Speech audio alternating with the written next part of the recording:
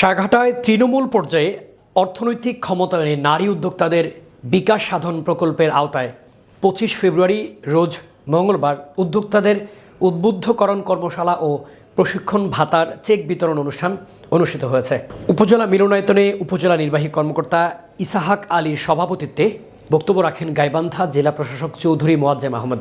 অন্যান্যদের মধ্যে বক্তব্য রাখেন উপজেলা বিএনপির আহ্বায়ক আলহাজ মোহাম্মদ আলী, উপজেলা সহকারী কমিশনার ভূমি মনোরঞ্জন বর্মন, উপজেলা জাতীয় মহিলা সংস্থা কর্মকর্তা জান্নাতুল রুমানা। এ সময় প্রশিক্ষণার্থীদের চেক বিতরণ ও beautification, catering, fashion design, interior design সহ বিভিন্ন বিষয়ে প্রশিক্ষণ দেওয়া হয়।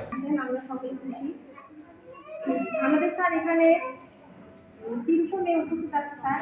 আর আমাদের এখানে 5টা বিষয়ের উপরে ট্রেনিং নেওয়া হয়: interior design, catering, fashion, beautification, business management আর বিভাগীয় এবং গবেষণা প্রমাণ হয়েছে। কিন্তু আসলে দেখা গেছে যেহেতু মেয়েরা দেখছি লেখাপড়া ভালো, তাহলে কি মেয়েদের বুদ্ধি বেশি। এবার এই বুদ্ধি কি আপনারা অপচয় করবেন? এর আপনার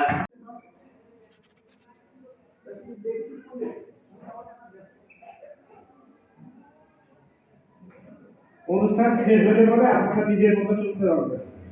এখানে ঘুরছেন মানে এখানে কর্তৃপক্ষ আছে, তার অধীন, তার কথা মতো চলতে হবে।